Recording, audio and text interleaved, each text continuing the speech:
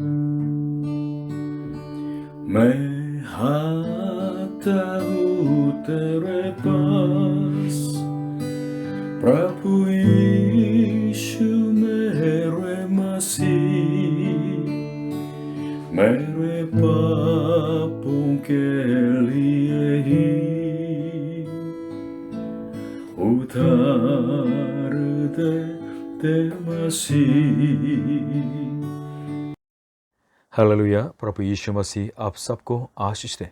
पिछले हफ्ते हमने सीखा था कि मनुष्य के जीवन के अंत तक बुद्धिमान होकर रहना, यानी परमेश्वर यहोवा का भय मान के रहना कितना महत्व है। नीति वचन 3 अध्याय 13 से 15 में लिखा है, क्या ही धन्य है वह मनुष्य जो बुद्धि पाए और वह मनुष्य जो समझ प्राप्त करे, क्योंकि बुद्धि की प्राप्ति चांदी की प्राप्ति से बड़ी और उसका लाभ चोखे सोने के लाभ से भी उत्तम है। वह मूंगे से अधिक अनमोल है और जितनी वस्तुओं की तू लालसा करता है उनमें से कोई भी उसके तुल्य न ठहरेगी। परमेश्वर का भय मानने वाली बुद्धि संसार के सोना चांदी से भी और मूंगे से भी सचमुच में महत्व है। कोई भी वस्तु, कोई भी खजाना क्यों न हो, बुद्धि से उत्तम नहीं है। इसलिए इस बुद्धि को प्राप्त करेंगे तो बहुत आशीष पा सकते हैं। नीति वचन 3 अध्याय 16 से लेकर 18 में फिर से पढ़ता हूँ। उसके दाहिने हाथ में, यानी बुद्धि के दाहिने हाथ में दीर्घायु और उसके बाएं हाथ में धन और महिमा है। उसके मार्ग मन भाव है और उसके सब मार्ग कुशल के हैं। जो बुद्धि को ग्रहण कर लेते हैं उनके लिए वह जीवन का वृक्ष बनती है और जो उसको पकड़े रहते हैं वह धन्य है। तो ये बुद्धि हमारे जीवन में कैसे प्राप्त हो जाती है? आज के वचन ये सिखाते हैं कि बुद्धि वास्तव में धीरज के साथ हमारे जीवन में प्राप्त हो जाती है। बुद्धि और धीरज दोनों साथ साथ चलते हैं। उदाहरण है कि आपका, क्योंकि आप पति होने के नाते या पिताजी होने के नाते या पुत्र होने के नाते खोरिया में के बहुत समय से धीरज के साथ काम करते हैं। आपके परिश्रम की वजह से आपके परिवार बिल्कुल स्थापित हो जाते हैं ना। अपने परिवार के लिए, अपने बच्चों के लिए, पत्नी के लिए, अपने माँ बाप के लिए इतना परिश्रम करते हैं, उसकी वजह से तो बच्चों के पालन पोषण भी हो सकता है और सब कुशल से रह सकते हैं। जो बुद्धिमान है वो धीरज के साथ रहने वाले हैं। इसलिए आज के उपदेश के जो शीर्षक है, बुद्धि और धीरज। आज के वचन सब उपदेशक 7 अध्याय 8 से लेके 10 तक। किसी काम के आरंभ से उसका अंत उत्तम है और धीरजवंत पुरुष गर्वी से उत्तम है। अपने मन में उतावली से क्रोधित न हो, क्योंकि क्रोध मूर्खों ही के हृदय में रहता है। यह न कहना, बीते दिन इनसे क्यों उत्तम थे, क्योंकि यह तू बुद्धिमानी से नहीं पूछता। आज के उपदेश का पॉइंट 1, अंत तक धीरजवंत बनो। 8वें पद में, किसी काम के आरंभ से उसका अंत उत्तम है और धीरजवंत पुरुष गर्वी से उत्तम है। The end of a matter is better than its beginning, and patience is better than pride. किसान को देख लीजिए, बीज बोते हैं, पानी सींचते हैं, खाद डालते हैं, लेकिन बहुत समय के बाद उसको फल मिलता है। आरंभ से अंत उत्तम है। अपने जो कर्म को छोड़ के धीरज के साथ जो रहने वाले वो धन्य हैं और बुद्धिमान हैं। अपने वर्तमान में और भविष्य को ताकते हुए धीरज के साथ जो चलते हैं वह सचमुच में बुद्धिमान हैं। जब आजकल मैं मेरी माताजी के नए अपार्टमेंट को देखता हूँ, मेरी पिताजी के द्वारा मेरी माताजी को बहुत दुख मिला है और मेरी दादी जी ने भी मेरी माताजी को बहुत बहुत तंग किया था। लेकिन पिताजी चले गए और दादी जी भी चले गई। अभी अकेली माताजी रहती हैं और उस घर के जो ओनर बन के रहती हैं। जब मैं उस परिस्थिति को देखता हूँ तो ये वचन मेरे को याद आती है कि बाती 5 का 5, धन्य है वे जो नम्र हैं, क्योंकि वे पृथ्वी के अधिकारी होंगे। अब खोरिया में तो आके पैसा कमाते हैं। ये सोचिए कि पिछले दिनों से ज़्यादा आप खोरिया में आके पैसा कमाते हैं। हाँ, परमेश्वर की आशीष हैं, लेकिन सावधान, जब इस तरह पैसा कमाते कमाते कभी पैसों के ऊपर या संपत्ति के ऊपर भरोसा रखने वाले न बन जाएं। अगर इस तरह जिएंगे तो अंत बहुत बुरा हो जा सकता है। भजन संहिता में चेतावनी है, इसलिए जो अपनी संपत्ति पर भरोसा रखते हैं और अपने धन की बहुतायत पर फूलते हैं, कभी ऐसा मत कीजिएगा, क्योंकि पैसे, संपत्ति हमारे जीवन के जो गारंटी नहीं दिला सकते हैं। अगर इस तरह इन चीज़ों पर आप भरोसा रखेंगे तो आपका अंत बहुत बुरा हो सकता है। परमेश्वर आशीष देते हैं, लेकिन उन आशीषों की वजह से आत्मिक आंखें बंद हो जाते हैं और परमेश्वर को भूल जाते हैं, और तो क्या हो जाता है, परमेश्वर उन आशीषों को वापस भी ले सकते हैं। नया नियम के जो उस मूर्ख दानी की कहानी आप याद कीजिएगा। इतने संपत्ति पर, अपने ऊपर संपत्ति पर भरोसा रखा है, तो परमेश्वर ने क्या चेतावनी दी है, मूर्ख, आज रात को मैं तेरे प्राण को ले लूँ तो ये संपत्ति किसके हो जाएगी। यहोवा परमेश्वर ही पर भरोसा रखते हुए उसी का भय मान के रहने वाले जीवन, ये सब बुद्धिमान का जीवन है। इसलिए इस पृथ्वी पर हमारी जिंदगी के अंत तक इसी विश्वास से रहें, यह बुद्धि है। परमेश्वर प्रेम है और परमेश्वर बुद्धि का स्रोत है। इसलिए परमेश्वर की बुद्धि वास्तव में प्रेम है। मनुष्य परमेश्वर की समानता में बनाया गया है, इसलिए मनुष्यों के नाते बुद्धिमान जीवन जीना वास्तव में प्रेम करने वाले जीवन जीना है। परमेश्वर से प्रेम करने वाला जीवन और मनुष्यों से प्रेम करने वाला जीवन, ये बुद्धि का जीवन है। तो ये प्रेम हमारे जीवन में कैसे प्रकट हो जाते हैं? धीरज के साथ प्रकट हो जाता है। प्रभु यीशु जी ने भी उस प्रेम की वजह से क्रूस के जो दुखों को उठा लिया है और क्रूस पर चढ़ाया गया है, धीरज के साथ सहा लिए, मरने तक सहा लिए, ताकि हमें पाप क्षमा का और अनंत जीवन का मार्ग खोल सकें। इसलिए हमारे जीवन में दूसरों के प्रति धीरज के साथ प्यार से जीना, ये बहुत महत्व है। अगर धीरज के साथ प्रेम करने वाला जीवन नहीं है तो वो मूर्ख है और अभी तक परमेश्वर को न जानने वाले हैं। बाइबल के अंदर प्रेम के बारे में बहुत सुंदर जो वचन है, पहला कुरिन्थियों का 13 अध्याय, पूरा चैप्टर लव के बारे में, प्रेम के बारे में है, लेकिन उसमें से 4 से 7 तक पदों को मैंने चुन लिया है। सुनिएगा प्रेम के बारे में क्या परिभाषा है। प्रेम धीरजवंत है और कृपालु है, कृपाल है। प्रेम डाहा नहीं करता, प्रेम अपनी बड़ाई नहीं करता और फूलता नहीं, वह अनरीति नहीं चलता, वह अपनी भलाई नहीं चाहता, झुंझलाता नहीं, पूरा नहीं मानता, कुकर्म से आनंदित नहीं होता, परंतु सत्य से आनंदित होता है। वह यानी प्रेम सब बातें सह लेता है, सब बातों की प्रतीति करता है, सब बातों की आश रखता है, सब बातों में धीरज धरता है। यहाँ जो दूसरे खाला में ऐसा लिखा हुआ ना, प्रेम धीरजवंत है, वो झुंझलाता नहीं, प्रेम सब बातें सहा लेता है, प्रेम सब बातों की प्रतीति करता है, प्रेम सब बातों की आशा रखता है, सब बातों में धीरज धरता है। तो प्रेम के अंदर बहुत ज़्यादा गुण है, वास्तव में धीरज है। जब से मैंने प्रभु यीशु को पाया है, मेरे जीवन के अंदर परिवर्तन आ गया था। उसमें से एक जो प्रमुख परिवर्तन ये था कि मैं परमेश्वर के प्रेम को जानने लगा है और मैं दूसरों से प्रेम करने लगा। Loving God and loving man, ये सबसे प्रमुख परिवर्तन है। जब मेरे छोटा भाई का जो देहांत हो गया था, तो उस फ्यूनरल सर्विस में मेरी जो बड़ी मौसी नहीं आई थी संतापना देने के लिए, तो मेरी माता जी को बहुत दिल में चोट लगी है। मेरी माता जी ने सोचा कि इसको मैं जिंदगी भर नहीं देखूंगी, इस तरह भी सोचा था।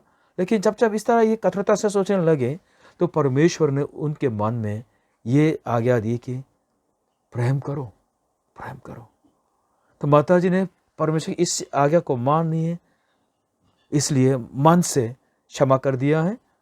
क्योंकि बड़ी मौसी अभी तक सॉरी नहीं बोलती है, लेकिन माता जी ने उनको ऐसे ग्रहण किया है और धीरज के साथ उनको अच्छी तरह प्रेम से दिल करती है। प्रेम सचमुच में धीरज के साथ जीवन में प्रकट हो जाती है। इसलिए परमेश्वर की बुद्धि वास्तव में धीरज है। पॉइंट 2, दिल में गुस्सा मत सेओ। 9वीं पद में अपने मन में उतावली से क्रोधित न हो, क्योंकि क्रोध मूर्खों ही के हृदय में रहता है। Do not be quickly provoked in your spirit, for anger resides in the lap of fools.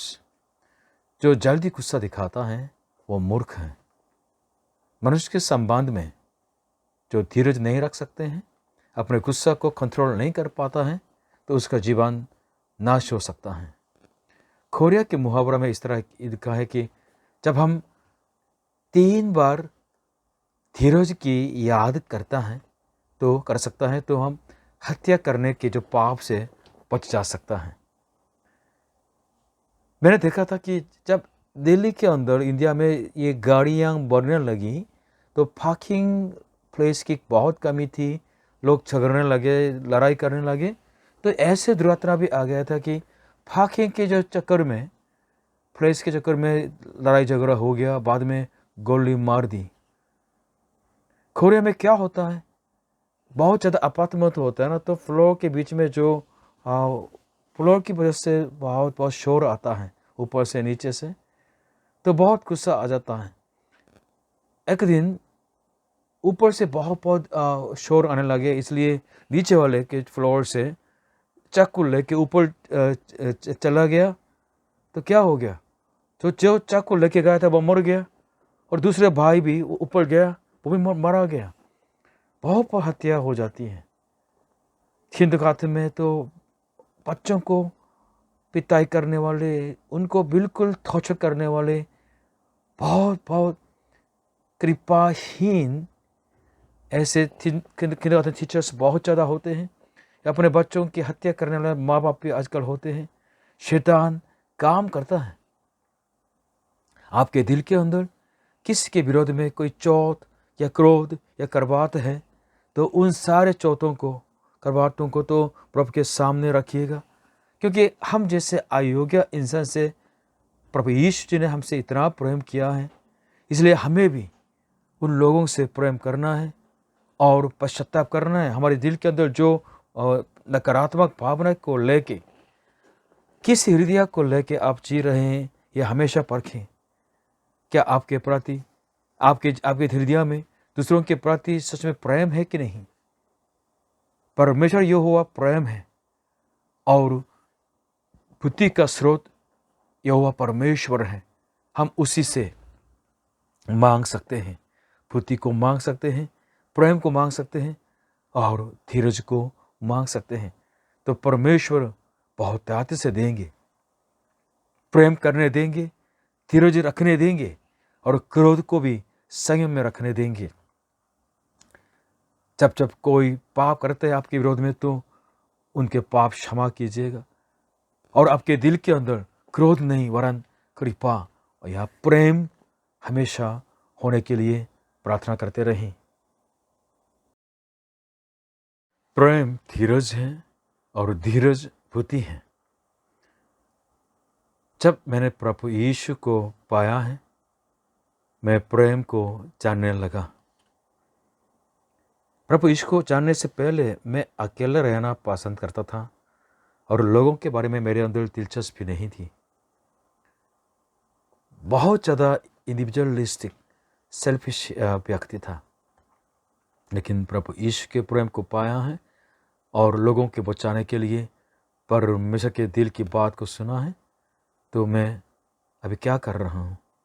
पादरी का काम कर रहा हूँ, मिशनरी का काम कर रहा हूँ, सुसमाचार को बांट के लोगों के उद्धार के लिए सेवा कर रहा हूँ। हाँ, मेरे अंदर ये प्रेम की कमी को हम हमेशा महसूस करता हूँ। इसलिए विनती करके मैं आ रहा हूँ कि परमेश्वर मेरे अंदर प्रेम डाल दें। आपके प्रेम मेरे को विवश करे, ताकि मैं दूसरों की सेवा करूं। जब से मैंने प्रभु को पाया, तब से मैं ये सीख रहा हूं कि परमेश्वर सचमुच में लोगों से प्रेम करते हैं। परमेश्वर सचमुच में लोगों को बचाना चाहते हैं। मैं ये सीख रहा हूं कि मनुष्य सचमुच में बहुमूल्य है। मैं ये भी सीख रहा हूं कि कैसे प्रेम करें। तो प्रेम के संबंध में बाइबल के 3 आज्ञाएं हैं। मैं इसको आपके सामने रखना चाहता हूं। पहले मत्ती 22 का 39 में इस तरह आज्ञा है कि और उसी के समान ये दूसरी भी है कि तू अपने पड़ोसी से अपने समान प्रेम रख। पहले हमें परमेश्वर से प्रेम करना है, लेकिन दूसरी आज्ञा क्या है? अपने पड़ोसी से अपने समान प्रेम रखना। और मत्ती 5 का 44 में है, परंतु मैं तुमसे ये कहता हूँ कि अपने बैरियों से प्रेम रखो और अपने सताने वालों के लिए प्रार्थना करो। संसार क्या सिखाते हैं? हमारे भावना क्या सिखाते हैं? दुश्मन से लड़ो या उनको सत्य कर लो, उनको सत्यानाश कर लो या बदला दो, बस ये है ना। लेकिन प्रभु यीशु जी हमें क्या सिखाते हैं? अपने बैरियों से प्रेम रखो। Love your enemies.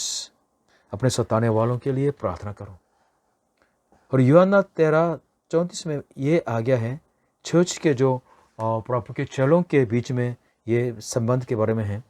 मैं तुम्हें एक नई आज्ञा देता हूँ कि एक दूसरे से प्रेम रखो।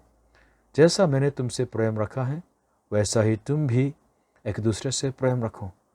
प्रभु यीशु ने कैसे हमसे प्रेम किया है? उन्होंने अपने जान दे दी है। इसलिए हमें भी अपने भाइयों के लिए जान देने तक प्रेम करना है। हालेलुया।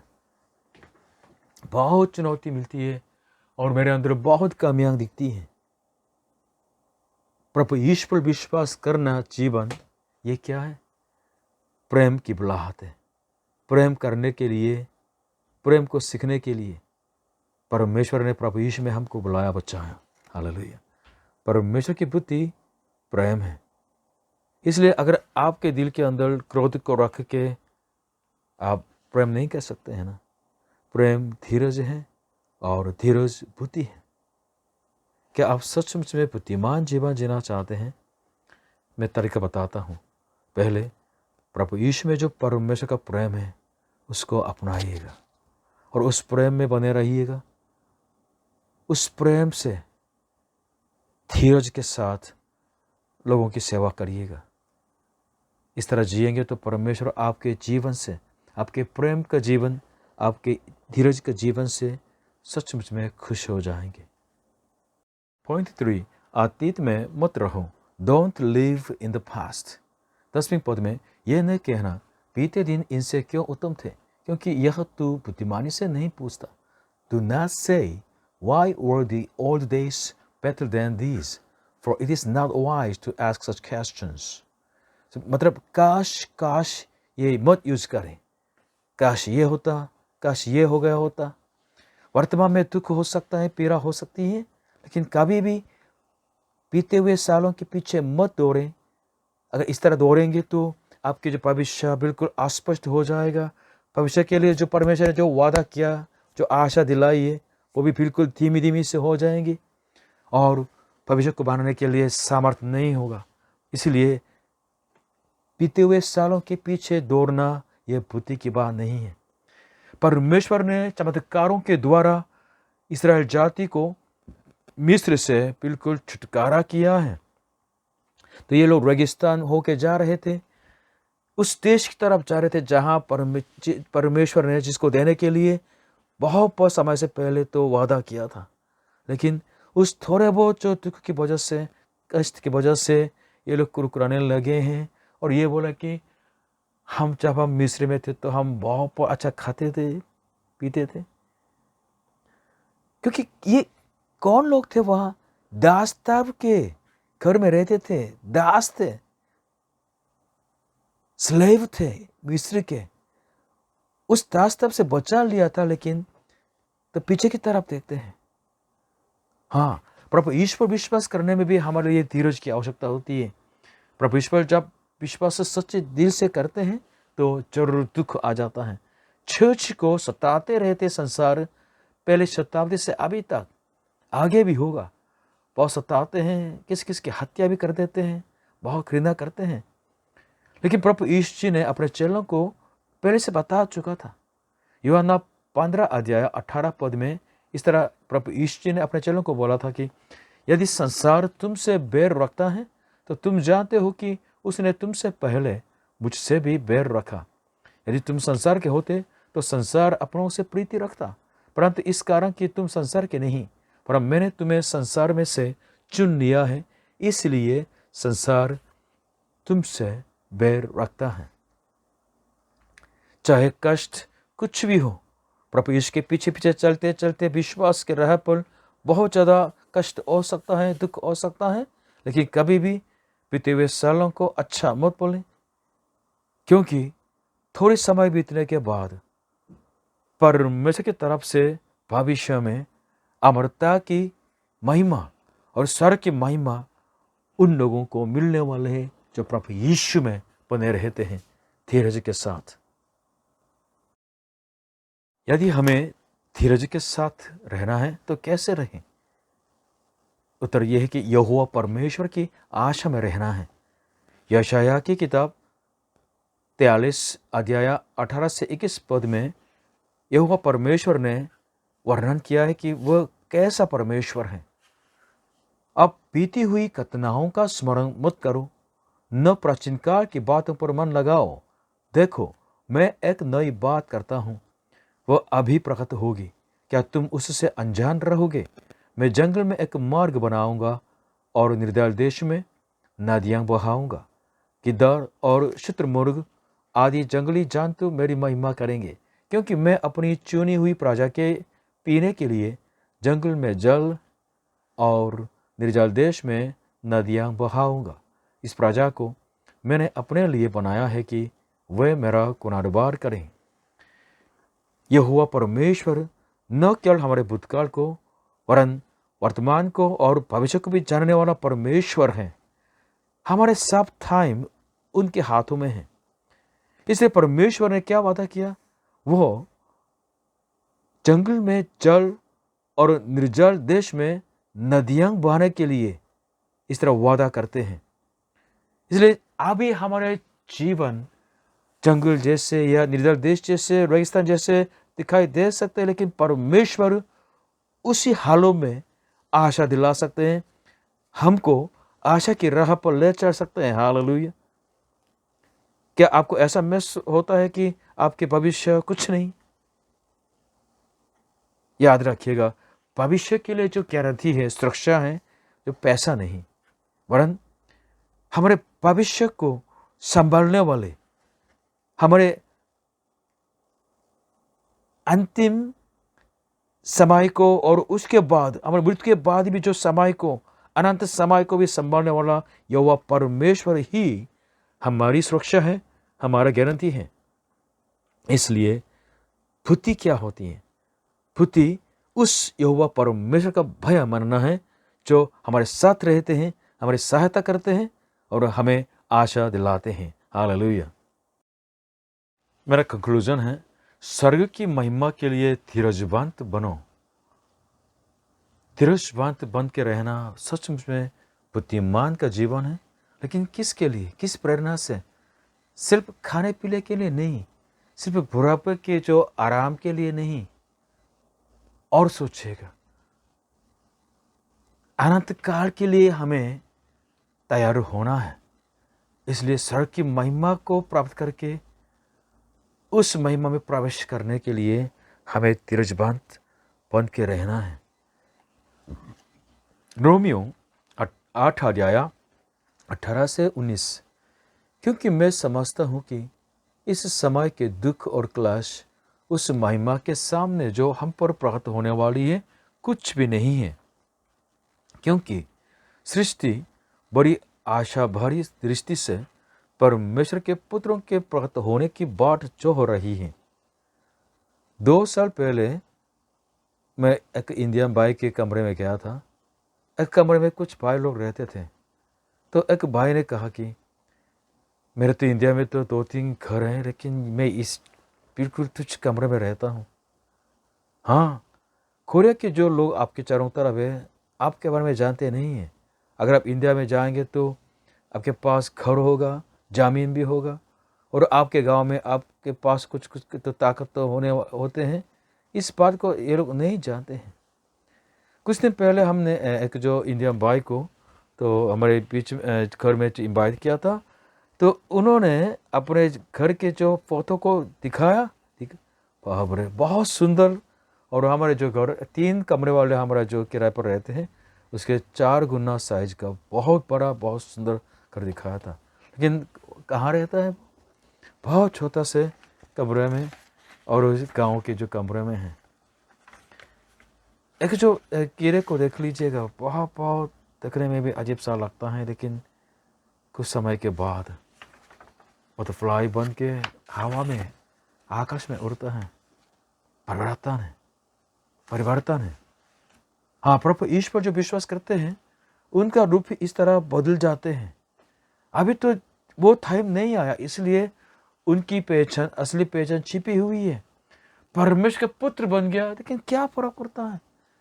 उनकी महिमा अभी छिपी गई है।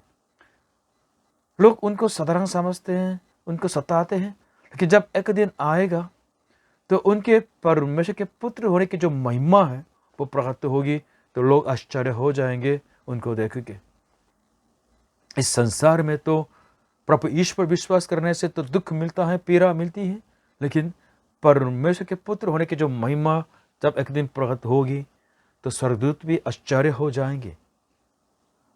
रोमियो 8:21 में भी इस तरह लिखा है कि सृष्टि भी आप ही विनाश के दास्ताव से छुटकारा पाकर परमेश्वर की संतानों की महिमा की स्वतंत्रता प्राप्त करेगी। मतलब सारे जो भूमंडल एक दिन के लिए अभी जा रहे हैं। कौन सा दिन? वो दिन जब प्रभु यीशु के जो चेलों के महिमा प्रकट होने का दिन। धीरज न केवल इस पृथ्वी के कामों के लिए जरूरी है, वरन स्वर्ग के महिमा में प्रवेश करने के लिए भी धीरज की आवश्यकता होती है। इसलिए बुद्धि और धीरज साथ साथ चलते हैं।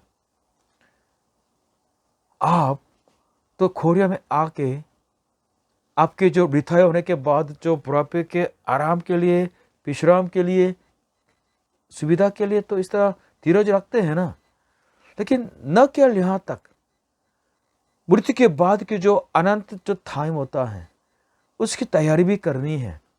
इसलिए बुद्धिमान होना बहुत जरूरी है, धीरज होना बहुत जरूरी है।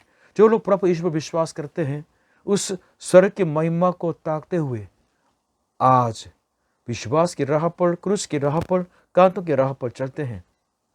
और जो अभी इस दुर्घटना जो इस दुनिया के अंदर हो रहे हैं उसको देख के ऐसा महसूस होता है कि जगत का अंत ज़्यादा दूर नहीं है। क्या आप विश्वास करते हैं प्रभु यीशु पर? प्रभु यीशु पर विश्वास करना है, क्योंकि वो ही मार्ग, सत्य और जीवन है। प्रभु यीशु के बिना आप परमेश्वर के पास नहीं पहुंच सकते हैं। प्रभु यीशु ही के द्वारा आपके पाप क्षमा मिलती है, आपको शांति मिलती है, आपको छुटकारा मिलता है। आपके संपूर्ण दिल से प्रभु ईश्वर विश्वास करें, और प्रभु ईश्वर विश्वास करने वाला जीवन यानी विश्वास की राह को तो धीरज के साथ आप जी लीजिएगा। आप बुद्धिमान बन जाएंगे और एक दिन परमेश्वर के स्वर्ग की जो महिमा आपकी हो जाएगी। प्रभु आपको आशीष दे सदा के लिए।